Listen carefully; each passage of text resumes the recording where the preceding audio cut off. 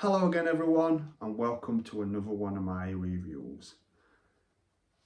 As you all know, recently I've reviewed my all-time favourite movie, Jaws. So I just thought, why not keep it with the Jaws movies? So without further ado, just when you thought it was safe to go back into the water, rocking my top, it's time to review 1978's Jaws 2. Now this film, I think, is just as good as the first one.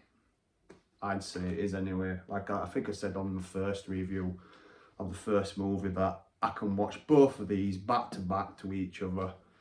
If they released them both in one big long movie, I'd sit there and watch them and love them for what they are. You know what I mean? I would, absolutely. Because these films can't do what wrong in my eyes. Even 3 and 4, to be honest, but especially 1 and 2. Because they pretty much carry on from each other.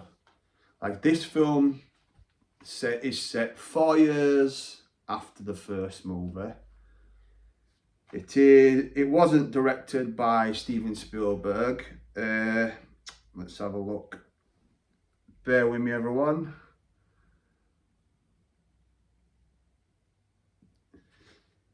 Directed by Janet Schwartz. I hope I've said the name right. Yeah. And you've got quite a few returning cast members in this film. We'll start with the first one, and that is Roy Scheider, reprising his role as Chief Brody. Now, there's a story behind that. He originally didn't want to come back and do another Jaws movie, but he was contracted. I think he was supposed to be contracted for a couple more, but he really didn't want to come back and do the same movie again. So he agreed to do this movie to get out of his contract, and he really didn't want to do it. It was supposedly not very good on set with some of the cast members and all that. But yeah, to watch the film, excuse me, yeah, to watch the film, you couldn't really tell because he plays such an awesome part, and just as good as the first movie, I'd say. You know, his part in this is really cool in it. Like, he's a badass in it, just like he's in the first one. Like I say, you wouldn't be able to notice that he can't be bothered doing the movie. He does such a good part. The acting is awesome by him. But yeah, it also has, I'm glad he came back for it anyway. It's a shame he didn't come back for any of the other movies, because I think it'd have made him, it really would, it made him a lot better. Not that they're crap, they aren't, you know, they're guilty pleasures 3 and 4, but I'll get to them as I go along. But yeah, he decided to come back for this one. I wouldn't be surprised if they threw him a good big paycheck for it. But like I say, you can't see that he's not wanting to be in the movie. To watch it, you just think he's doing a great performance. Well, I think he is anyway. He's just as good as the first one. But yeah, the other returning cast members to this film is Murray Hamilton playing the mayor, Lorraine Gary playing Chief Brody's wife, Ellen Brody, and I cannot remember his name, but the guy who plays his deputy in the first movie, he returned in this movie as well. The same guy. I can't remember his name. Does it say it in here? No, I can't see it. But yeah, obviously Robert Shaw doesn't return for this movie. I don't know why we're about to say Robert Shaw returns for this movie, because he doesn't. But yeah, I think they wanted Richard Dreyfuss to return for this movie, but I think he was busy doing something else. I'm not sure. or he didn't want to come back, I don't know. But again, it'd have been cool if they'd have brought his character back. The other thing we get about his character is there's a phone call a bit into the movie, and it's Matt Hooper on the phone, like he's away on the Oceanographic Institute, like something like that anyway, like but yeah, he's away working supposedly, so that's why he couldn't turn up in this film. But this film is very much, well, they say it is, and I don't think it is, I just think it's an awesome Jaws movie, but they say it's more like a slasher movie than a shark movie. The shark is more like a slasher. Like I say, it's set 4 years after the first one, and a new shark turns up. It starts off with two divers going looking, I think, for the orca, and they find it. It's, you know, they find the wreckage of the orca from the first movie, and they're taking pictures of it and looking around, and obviously a new shark comes out of nowhere, a bigger shark, and kills both the divers. And it is like one of the divers goes like that, like his biceps, and you hear the music, dun, dun, dun, dun, dun, dun, a big shark comes and kills them both, which is pretty cool scene, to be honest. Like, not quite as spectacular as the beginning of the first movie, but still pretty good, you know. Within the first few minutes of this film, you've got a couple of kills, which is cool. It's what you need in a Jaws movie, really. But yeah, and one of them's taking the pictures of the shark while it's eating them. The shark in this is, like I say, it's bigger.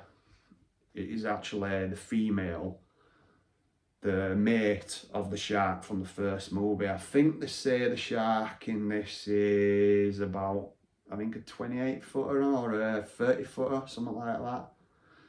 But the one in the first movie is a 25 footer, with hence the saying 25, 3 tons of him.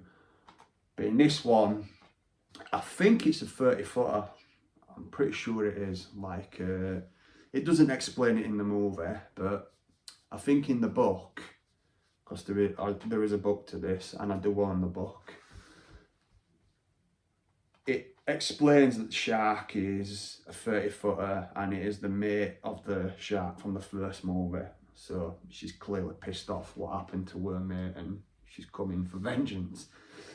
Which, yeah, yeah, let's not go about vengeance just yet, you know, that's the fourth movie. But anyway, so yeah, the shark in this looks pretty cool as well. It is a pretty cool looking shark. I think they wanted to use the shark from the first movie, but obviously it'd been so many years, and the mechanics and the shark itself had rotted a little bit and all that, so they couldn't use it. I suppose they might have been able to use something for it, but from what I heard, I think the director of this wanted a new shark, a new looking shark, you know what I mean, a more meaner looking shark, which I think you do get in this movie.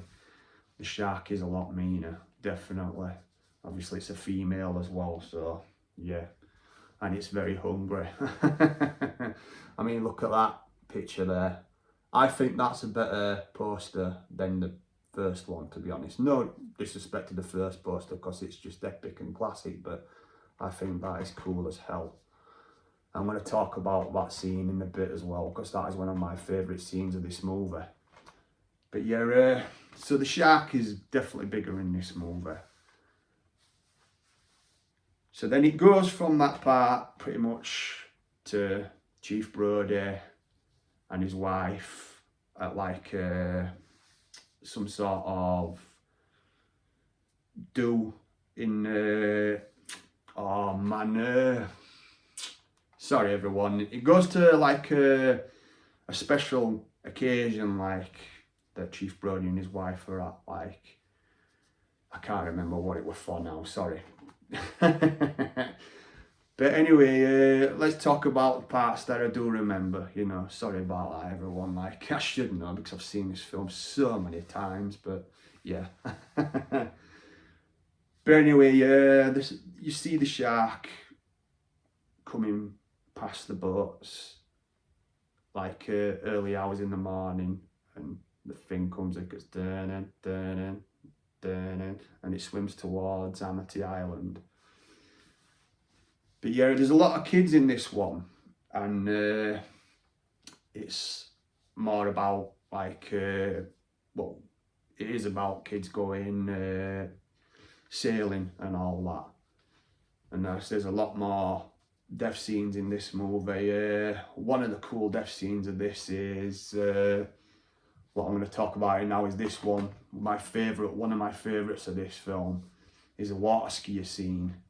You've got a woman being pulled on a water ski and another woman on a speedboat, and the shark comes up behind her, the fin, and it's coming after her. And obviously this great whites can swim really fast, and you see it speeding through the waves coming towards her, and it comes up behind her and grabs the bottom of her ski and knocks her into the water and then kills her. And the other woman coming round looking for her, and she picks her ski up and she's like, Chrissy? Is it Chrissy? Is it Chrissy? I think her name's Chrissy. Same to the name from the first victim in the first movie. I'm not sure. I'm sure she says Chrissy. I'm sure she calls her Chrissy. But anyway, the shark comes up behind her and smacks into the boat. And she's screaming. And she's like, ah, and it's rocking the boat. And she, God knows why, but she picks up some gasoline and pours it down on the shark's face. This is why the shark looks cool as hell in this movie. But like, and then she shoots it with a flare gun, gets her legs all burnt, and the bullet blows up, burns the shark's face. So that's what gives the shark a nice scar on its face. So this shark has a big scar on the side of its face. But another one of the scenes in this I really like is the helicopter scene, where they're stranded. A bunch of kids, including Mike and Sean, obviously they go out sailing, not knowing that there's going to be another shark and all that. And they get attacked and they get stranded. And they end up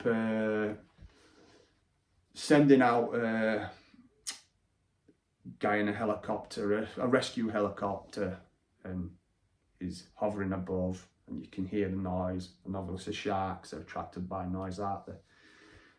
So he lands on the water and he gets them to throw him ropes, and he attaches it to the side of his helicopter, side of the landing ports, whatever it is, that has got floating things on them. Anyway, he's about to set up and the shark comes up and grabs onto the boat and pulls him under, and he's like, ah! Figures there is a deleted scene to that, which I wish they'd put back in this movie, where it shows him, he gets pulled under and the propeller cuts all the kites and all that on the yachts and all that, like on the sailing boats, the yachts aren't they, like, and there's a deleted scene which shows the shark going after him under the water, attacking him. Yeah, they really need to put that back in this film, honestly. I hope they do one day. This version doesn't have it. It has it on the special features, which this has quite a lot of special features on it that I'll talk about in a bit, like, but anyway,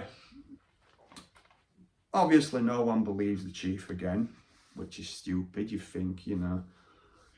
There's a few little Easter eggs to the first movie as well, like later on in the movie when he's got drunk and there's always beer cans all over.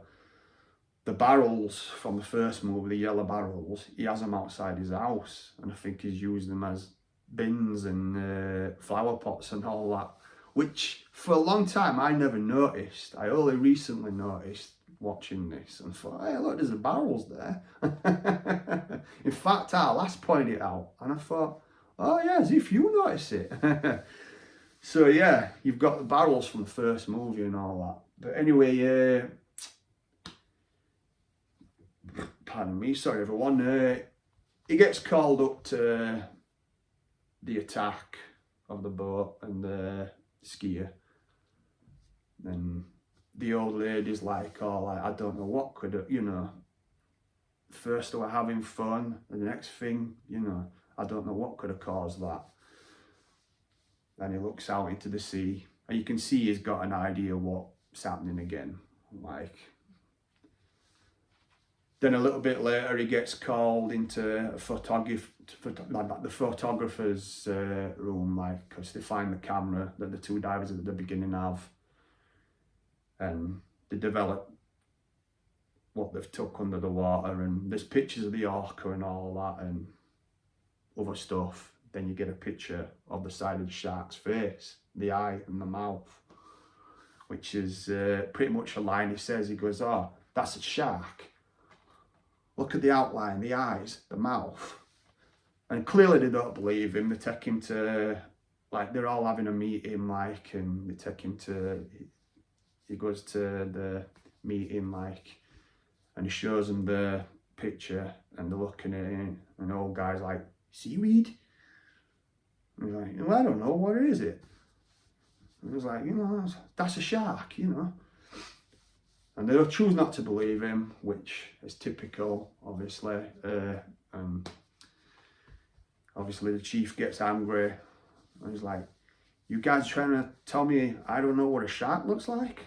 Because I know what a shark looks like, because I've seen one up close. And you better do something about this one, but I'm going to tell you to go through that hell again. But yeah, they tell him not to brush it and all that, and he goes, something in the lens. He goes, lens my ass. He goes, you're damn right it's your ass. Because earlier on in the movie he's on the beach, isn't he? And he's pointing out towards, he's looking for the shark while everybody's on the beach, and you see something coming on the water, which he thinks is the shark, so he runs off shooting at it, and it turns out to be just bluefish. It's just bluefish! Chief, it's just bluefish! Which is a very emotional scene in a way, like, you know what I mean? Because he's got the PTSD with it, you know, whatever it is, with the shark from the first movie, because he came very close to it, didn't he? In the boat when it's sinking. So he's kind of paranoid in this movie, is the Chief Brody, like, and obviously he's wanting to do his job just like he's in the first movie. But as I say, they don't believe him, and it ends up where there's another attack where there's a lass and a boyfriend on the boat, and they're making out, and the shark comes up behind the boat and knocks him into the water. And then she's like, swim, you know, swim, there's a shark. And it's coming after him. He goes, she's like, oh my God. And it grabs hold of him, and it shows it pushing towards the boat and smacks on the boat. There's a picture on this, actually. There's one of the posters to this shows her holding her hand out towards him. And he, you know, which doesn't happen in the movie at all. She's so traumatized and terrified that she's like, and he's like, help me, and he gets pulled under. Make it go away. Sorry, I'm geeking out now, because like I say, I love this film, I really do. But anyway, the Chief goes out in, because there's actually another part in this film where there's some divers, and they go under they're going searching for things or something. Like a diving expedition or something, like, and one of them comes face to face with a shark and shits himself and swims back up to the shore, like, with, you know, really fast, and develops bubbles in his breathing apparatus and all that, like. And then obviously the Chief's, well, he's not the Chief anymore. They decide to sack him because of him shooting up on the beach and risking people. which is a bit harsh, to be honest. I don't think they should have sacked him, but you know, they wanted him out of the way, didn't they? Because again, it's all about money, innit? Just like it is in the first one, this one again, it's all about the money. So he goes out in the police boat to search for the kids on the yachts and all that, when they've gone sailing, which they've all tied together by now, and yeah, so he goes out to help them. Another part on this which is really good, which is absolutely terrifying, to be honest, is where the shark knocks on it, like goes attacks them, and I think it's Sean's boat that gets pulled away, and the woman that's with Sean Sean ends up in the water, and the woman goes to help him, and she gets him to get back up onto the boat. He's pulling himself up on the rope, and then when she's trying, she's like, I can't get up, and you see behind her, and you see the shark just under the water coming towards her. And then the next view is obviously Sean's view, and he sees the shark grab her and pull her under. Terrifying, absolutely terrifying. But yeah, awesome scene, and a great scene. But that's something else as well. What is it? The tagline for the trailer: in all the vast and known depths of the ocean, how could there have only been one? I love that saying. I think I prefer that saying to actually just when you thought it was safe to go back into the water. But anyway, this ends with another awesome killing by Chief Brody. You know, just like Smile You Son of a Bitch in the first movie, this ends with Chief Brody he finds the kids, tries to open, and a shark attacks and makes him crash into a place like that they're trying to get onto called Cable Junction. And he sees the electric cable going across, and an idea goes in his head. He's like, ding! He's like, So he grabs onto the electric cable and lowers it into the water, where he has a blow-up boat, and he's on the blow-up boat with the electric cable, and he's smacking it, making the sounds for the shark to come and get him. Well, the sharks at the time is actually attacking Sean and another lass. Cannot remember her name now, but God, she is annoying with the screaming she does on this film.